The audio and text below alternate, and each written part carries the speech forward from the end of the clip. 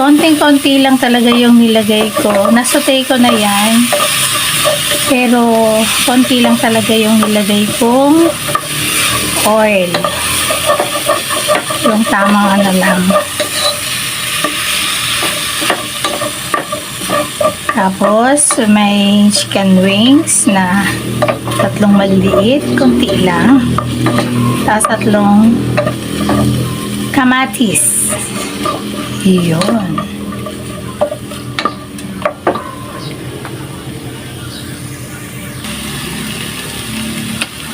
Yan. Tapos, lagyan mo siya na. This is a 500 ml water.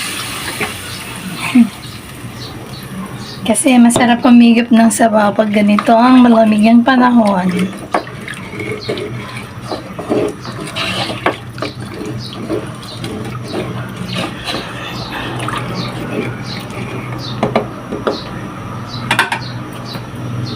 We'll cover it. And it's boiling na.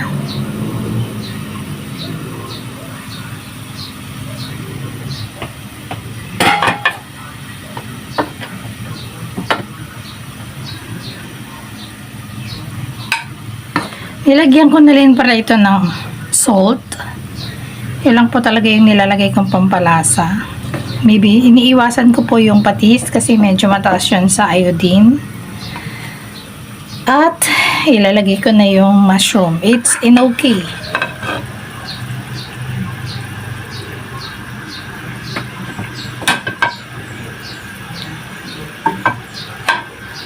Cover ko siya ulit.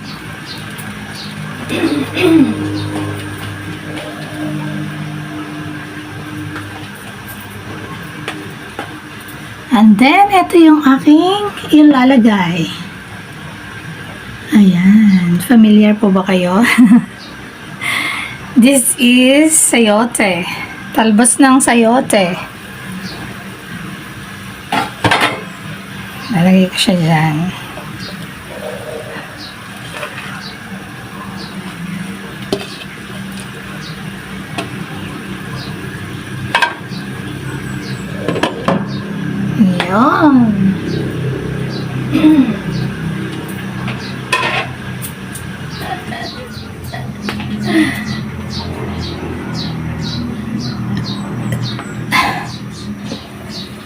Shout out naman sa pinsan kong nagbigay sa akin ng mga sandok.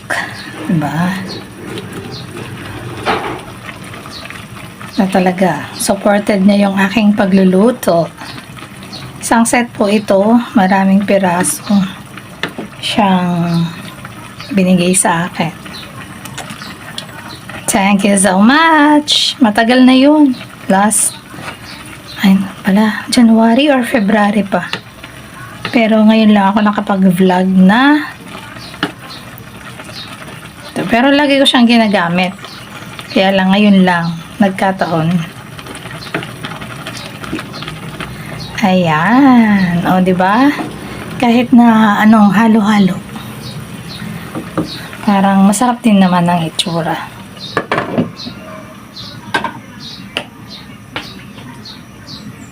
This is it.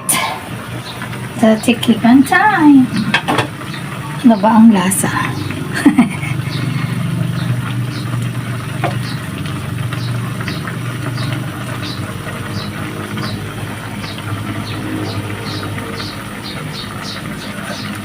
Diba?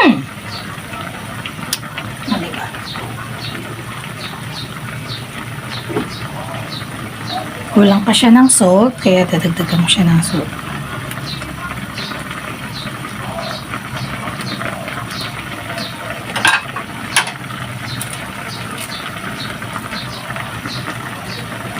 At haluin natin ulit.